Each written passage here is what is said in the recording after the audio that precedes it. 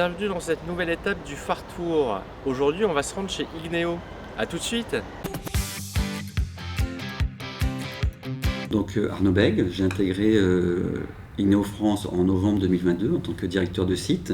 J'ai maintenant plus de 25 années d'expérience dans le monde industriel, dans des secteurs d'activité pouvant aller du secteur des engrais à l'agroalimentaire.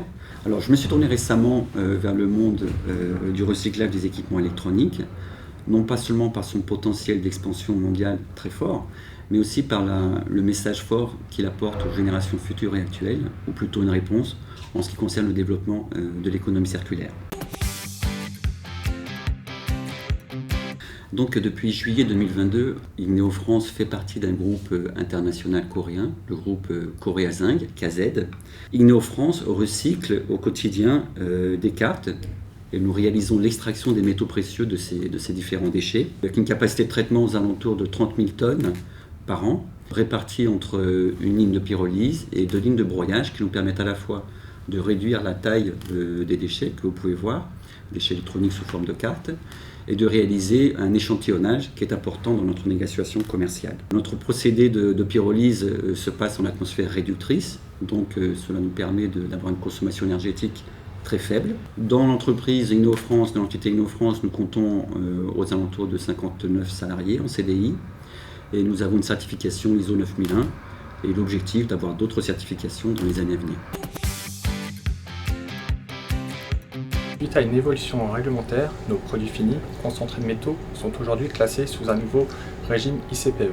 Ainsi, sans changer d'activité, Igneo se classe désormais sous régime statut Seuil haut pour le risque écotoxique lié à son activité de stockage de matières valorisées. Alors, suite à cette nouvelle classification Seveso Seuil haut, Igneo France a mis en œuvre un certain nombre de moyens financiers, notamment en 2022.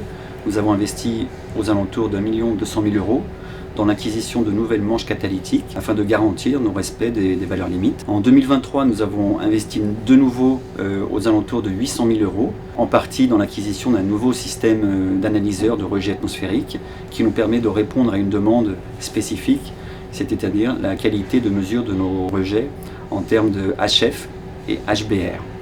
On ne se limite pas, bien sûr, à des investissements en équipement. On investit également sur l'ensemble de nos équipes en termes de formation, rédaction de nouvelles procédures, afin de garantir que Igneo France puisse respecter son arrêté préfectoral et notamment l'ensemble des VLE qui lui sont imposés.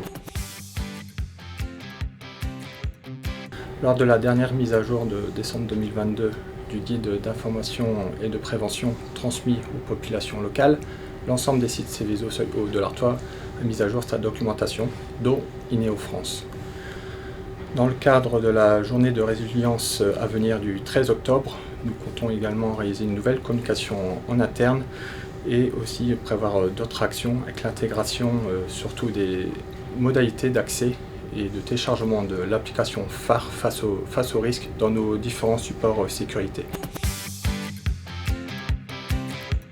Alors, ce qui concerne l'application phare et sa communication, nous avons déjà déployé en interne les différents affichages à propos de l'application phare à différents endroits stratégiques de l'entreprise, notamment l'accueil, site, les zones de badgeage du personnel et également les zones de pause.